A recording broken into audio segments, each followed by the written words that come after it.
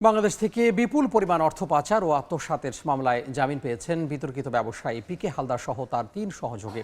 স্থানীয় সময় বৃহস্পতিবার ভারতের কলকাতার নগর ও দায়রা আদালতের বিচারক ১০ লাখ টাকার বন্ডের বিনিময়ে পিকে হালদার ও তার ৩ সহযোগীর জামিন মঞ্জুর করেন। তবে মামলা চলাকালীন তাদের হাজিরা দেওয়ার পাশাপাশি দেশ ত্যাগ না করার শর্ত দেন বিচারক। এর আগে ২৭ নভেম্বর তার আরও ২ সহযোগী ইমন ও শর্মি হালদার জামিন পান। ২০২২ সালের ১৩ই মে কলকাতার অদূরে বৈদেশিক ভিলেজ থেকে গ্রেফতার হন পিকে হালদার। কালকে বলা হচ্ছিল আপনি খাচ্ছেন না কাঁদছেন, সত্যি? এ বিষয়ে বিস্তারিত জানাতে এই মুহূর্তে কলকাতায় আছেন সহকর্মী সুব্রত আচার্য। আমরা সরাসরি যুক্ত হব তার সঙ্গে। নিঃসন্দেহে আজকের কলকাতার এই দুটি গুরুত্বপূর্ণ তথ্য বা দুটি বিষয়ে বাংলাদেশের দর্শকদের অত্যন্ত আগ্রহের বিষয় এবং নিঃসন্দেহে আমি যেটি প্রথমেই শুরু করব পিকে হালদারের জামিন। আপনারা জানেন যে ২০২২ সালের ১৩ই মে কলকাতার অদূরে বৈদিক ভিলেজ থেকে বাংলাদেশের ওই সময় গোয়েন্দা সংস্থার একটি সুনির্দিষ্ট তথ্যের ভিত্তিতে কেন্দ্রীয় সরকারের যে অর্থনৈতিক বিষয়ক গোয়েন্দা সংস্থা ইডির কর্মকর্তারা গোয়েন্দারা তাকে কিন্তু প্রথমে গ্রেপ্তার করেছিলেন এবং তারপর তারই জবানবন্দির ভিত্তিতে আরো ৫ জনকে গ্রেপ্তার করা হয়। এর মধ্যে তার নিজের ভাই রয়েছে, ২ জন ভাগ্নে রয়েছে, একজন কথিত বান্ধবী রয়েছেন এবং আরেকজন সহযোগী রয়েছেন।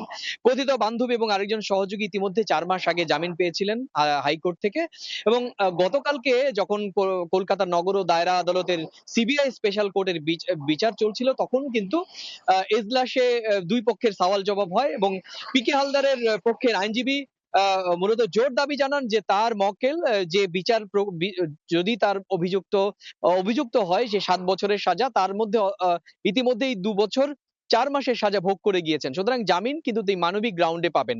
অন্যদিকে ইডি পক্ষের আইনজীবী অরিজিৎ চক্রবর্তী বলেছেন যে যেহেতু বাংলাদেশে সাজাপ্রাপ্ত যাবজ্জীবন দণ্ডপ্রাপ্ত আসামি, সুতরাং এখানে জামিন পাওয়ার কোন রকমের কোনো সুযোগই নেই। তবে এই ২ পক্ষের সওয়াল জবাবের পর বিচারক তার রায় পেন্ডিং রাখেন এবং আজকে দুপুরের পর সেটি তার নির্ধারিত পোর্টালে আপ করেন এবং সেখানে দেখা যায় যে ১০ লক্ষ টাকার বন্ডের বিপরীতে এই পিকে হালদার এবং তার ২ ভাগ্নে উত্তম এবং স্বপন মিস্ত্রি তাদেরকে জামিন দেওয়া হয়েছে। এর মধ্য দিয়ে ২ বছর ৪ মাস পর কিন্তু মূলত ১০,০০০ কোটি টাকা বিদেশে পাচার এবং আত্মসাতের অভিযোগে যে মামলায় গ্রেপ্তার হওয়া পিকে হালদার কিন্তু এখন জামিনে মুক্তি হতে চলেছেন।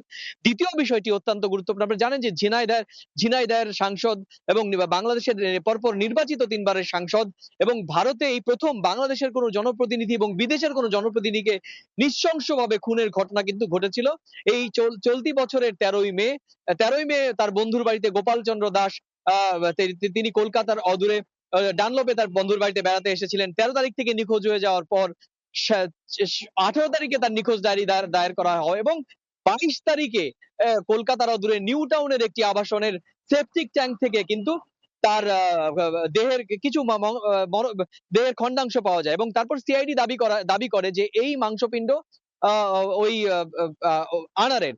এবার তারপর ফরেনসিক পরীক্ষা হয়, ফরেনসিক রিপোর্টও কিন্তু এখনো প্রকাশ্যে আনা হয়নি। এরপর ডাকা হয় ডরিনকে।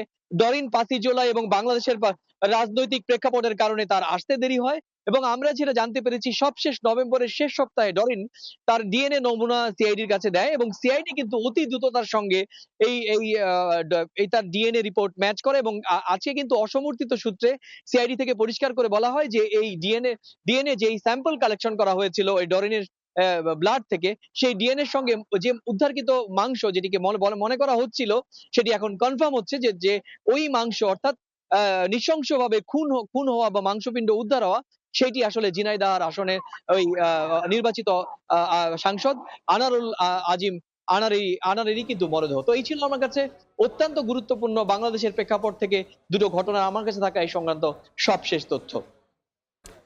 সহকর্মী সুব্রত আচার্য যুক্ত হয়েছিলেন ভারতের কলকাতা থেকে।